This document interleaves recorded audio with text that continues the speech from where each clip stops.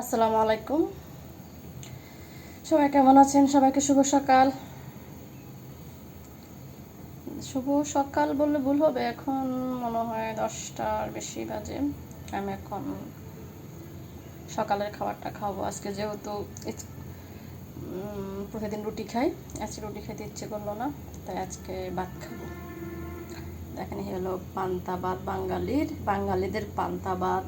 এই হলো এটার বাদামের ভর্তা, আর হচ্ছে আলুর ভর্তা।